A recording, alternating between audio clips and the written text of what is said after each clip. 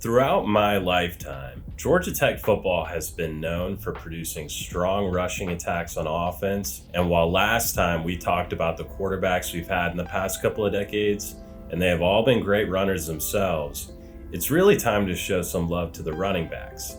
Today, we will be talking about the best running backs that have played for Tech since 2006. There have been tons and tons of great players to play the position for the Yellow Jackets. However, I have whittled this list down to the 7 best players for the sake of highlighting those who were truly able to set themselves apart, although there will be some honorable mentions towards the end. Now, there is some context that I want to add before we begin. First, I will only be ranking players that finished their career at Tech. So Jahmyr Gibbs, I'm sorry, but you will not be eligible to be ranked today. And this isn't me throwing shade his way. I actually think he made a great decision to go to Bama. Tech was in a bad place at the time, and Alabama really helped raise his draft stock all the way up to the 12th overall pick. So I remember Gibbs fondly and don't have any ill will towards him, unlike maybe some other guys to transfer out of Tech. Oh, I didn't say anything. Another piece of context I would like to add is we are going to be talking about a lot of players that played in the option offense, and these guys were called A-backs and B-backs. If you're unfamiliar with the terminology, an A-back is like a wing back, basically a hybrid between a running back and a slot receiver. They would get outside tosses and sweeps and would catch the ball out of the backfield somewhat frequently. A B-back, on the other hand, would be more akin to a traditional fullback. They pretty much just ran the ball up the middle, and yeah, that's pretty much it. I actually analyzed every game during Paul Johnson's tenure and found that the B-back would run up the 1 or the 2 gap on 99% of touches they received. I actually just made that number up, but the point stands. B-backs run up the middle. I also want to thank Stephen Curry for suggesting this video idea. Thank you. So that's enough explanation. Let's begin. Starting off this list at number 7, we have Zach Laskey, who put together a really strong career at Tech. Coming out of Starrs Mill High School, Laskey began his career as a punt returner but transitioned to being the backup B-back during his sophomore year. During his sophomore and junior campaigns, he combined for over 1,300 yards from scrimmage and 11 touchdowns behind starter David Sims. While these numbers were pretty good, up to this point he had put together a solid yet not particularly distinguishable career. This changed during his senior season in 2014 though, when he became the starter. Laskey was instrumental in the great success that Tech enjoyed this season. In particular, he had a huge game against Miami rushing for 129 yards and then had a huge day in the win against Georgia at the end of the season, running for 140 yards and 3 touchdowns. Had it not been for that game, I'm not sure I would have included him on this list. However, I wanted to reward him for coming up big in a huge game to go along with a very nice career. He and St. John Days paired as what is probably the best 1-2 punch at running back that I've ever seen at Tech, and he deserves a ton of recognition for what he was able to accomplish. At number 6, we have Orwin Smith, and this guy was just a certified playmaker. What sticks out to me the most about him is just how consistent he was at getting big gains, averaging 9.3 and 18.1 yards per rush and reception respectively for his career at Tech. As an A-back, he was a huge threat catching the ball out of the backfield, which was much needed for the offense because he played during a time where Tech was lacking in the wide receiver department. While the nature of the A-back position prevented him from ever receiving a ton of touches, whenever he got the ball, he did something great with it and just made the most out of every opportunity. I remember him having a couple touchdowns in a big upset win over Clemson in 2011, and I never really see him getting talked about anymore, but he is super underrated in my opinion, and I wanted to highlight him on this list. Now, I want to make a distinction at this juncture. While the previous 2 players were very good, this is the part of this list where I think we get to the guys who are truly special. Each of these players were a huge focal point of the offense when they played and were heavily leaned on during their careers. With all that being said, at number 5, we have Anthony Allen. Originally starting his career off at Louisville, Allen transferred to Tech in 2008. He was very good at Louisville, and I'm not really sure why he decided to do that, but nonetheless, I'm glad he did. After sitting out in 2008 per the rules at the time, Allen immediately was named the starting A-back for the 2009 season.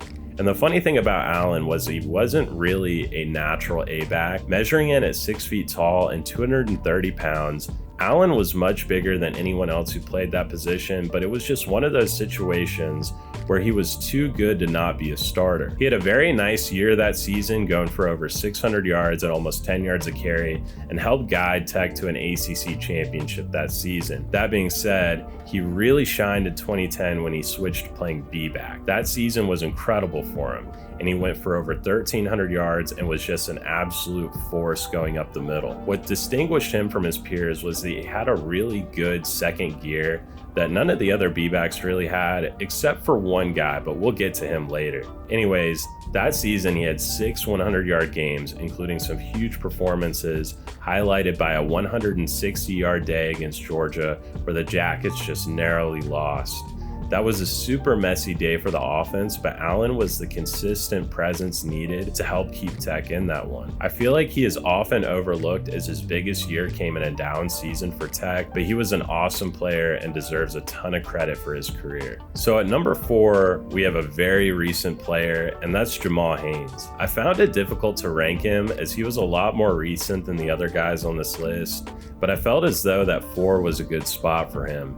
And really, the biggest reason I put him at this spot is because he's one of the guys that helped pull Tech out the really bad spot that they were in prior to Brent Key taking over as coach. A fun fact about Jamal is he was actually nearly cut from the team by Jeff Collins, which really goes to show just how lost that guy was when it came to decision making and evaluating talent. Anyways, Jamal started off his career at Tech as a receiver, but then switched to running back due to a lack of depth at that position, and he never looked back. In his first game at the position, Tech played Louisville in 2023, and he immediately announced himself. He had over 100 yards from scrimmage that day as the third back in rotation, and I actually remember being at that game and not even knowing who he was. He hadn't really gotten any playing time before then, and to see someone who was a relatively unknown player have such a strong game was awesome. Jamal was very good over the next 2 seasons, and his biggest moment, in my opinion, came on the game-winning touchdown that he scored against UNC, just absolutely sticking it to Jeff, who tried to cut him. The only thing that holds Jamal back from being higher on this list was him having a down year as a senior. Although he had some nice moments, he really struggled to get going, and it was almost inexplicable. I've tried to theory craft as to why he struggled, and I think I found the answer, but this is just speculation. Jamal's playstyle is predicated on patience and setting up the defense for cutbacks, and I believe that the run blocking this year wasn't quite as good as it normally was, and didn't allow for enough time to run the ball that way, which is why I think Malachi Hosley ended up having a bit of a more successful year, as he's more of a one-cut, north-south type of runner. Regardless, Jamal had a huge career at Tech and deserves to be remembered as one of the pillars of the team's resurgence back into relevancy. Now, this might be a big surprise, but once I say this guy's name, I think a lot of you will nod your heads in agreement. At number 3, we have Robbie Godhigh. Some people might initially disagree with him being this high, especially if you weren't a Tech fan yet when he played, but it's just one of those things where you kind of had to be there to understand. Godhigh's beginnings at Tech were humble. He stood at just 5'7", and he turned down a scholarship offer from Wofford, an FCS program, and elected to walk on at Tech. And side note, but just shout out to all the parents out there who support their kids in those kind of situations. It's pretty common where an athlete will have to elect between taking a scholarship at a smaller school or walking onto a bigger one. And it's awesome when parents help their kids out by making it work so that they can chase their dreams. Anyways, during Godhigh's freshman and sophomore seasons, he was mostly a scout team and special teams player. However, during his junior year, he finally got some burn, having over 600 yards from scrimmage and putting together a pretty solid season. But his senior season is what earns him this rank. And let me tell you, 2013 Robbie Godhigh was peak. It was cinema. It was everything you wanted it to be. And I have never seen such a freaking playmaker out of the A-back position. And let me add some context. As previously discussed during the quarterback rankings that I put out a week ago, Vad Lee was the QB during 2013, and the option itself just did not work properly. Thus, the running backs were more heavily leaned on that season to carry the run game, and Godhigh delivered. His biggest game that season came against Clemson, where he had over 100 yards rushing and 100 yards receiving, and 2 touchdowns to go along with it. And even though Tech lost that game, Godhigh single-handedly kept Tech in it against a Clemson team that was just in the thick of their prime under Dabo Swinney. Maybe some of y'all would disagree by me putting him this high, so please let me know where you would rank these guys and who your favorite Tech running backs are. Now, before we get to the top 2, I wanted to give some honorable mentions. There have been a ton of other great running backs at Tech over the last 2 decades that deserve some recognition. David Sims, Jordan Mason, Dante Smith, Roddy Jones, Clinton Lynch, Sinjin Days, and Quay Searcy all had really nice careers at Tech, but just missed the list. And for the top 2 running backs, their careers at Tech were both truly elite. I may be biased in my decision as I remember one a lot more than the other, but ultimately, I don't think you could go wrong with either player, and I think I got this one right. At number 2, we have number 22, Tashard Choice. He originally began his career at Oklahoma, but found himself sitting behind none other than Adrian Peterson. Understandably, he decided to transfer back home to Tech, and in his first year in 2005, he was pretty solid, rushing for over 500 yards while splitting snaps with PJ Daniels. Once he took over as the full-time starter in 2006, he never looked back. He had almost 1,500 yards and 1,400 yards respectively during his junior and senior seasons, and those are just huge numbers. During his junior season in 2006, Choice had 9 straight games of over 100 yards to end the season.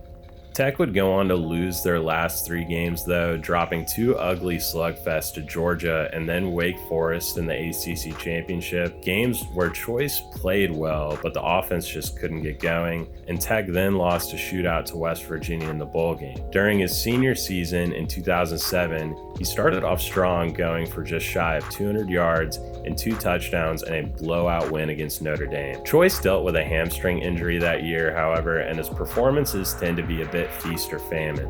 That being said, when he was on, and helped carry the offense after losing Calvin Johnson. The team did not have as much success overall that season, going just 7-5. However, Choice was great and was a big reason why the team won when they did. He then put together a solid career in the NFL and has been a very successful coach. I really hope he ends up back at Tech at some point, as he did an excellent job as a recruiter, and the running backs were the lone bright spot while he was coaching here in an otherwise very forgettable era of Tech football. And finally, at number 1, we have Jonathan Dwyer, and his play style was represented through his nickname, the Diesel.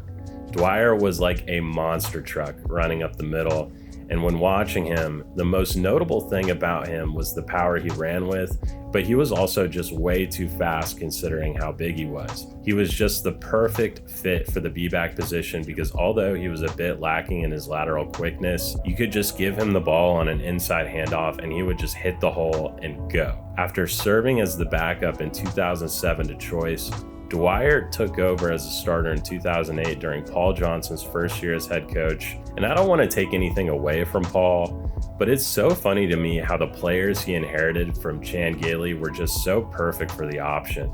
Nesbitt was the perfect quarterback for him, Dwyer was the perfect B-back, Bebe Thomas was the perfect receiver, you get the point, and John really made his presence immediately known, becoming the 2008 ACC Player of the Year.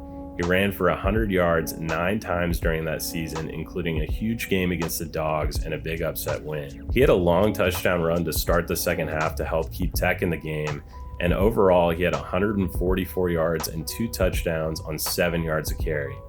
As a junior in 2009, Dwyer was just as good, and I mean that almost literally, as he had the exact same amount of rushing yards as the previous year, funnily enough. Dwyer along with Nesbitt combined to be what is the most intimidating backfield I've ever seen at Tech.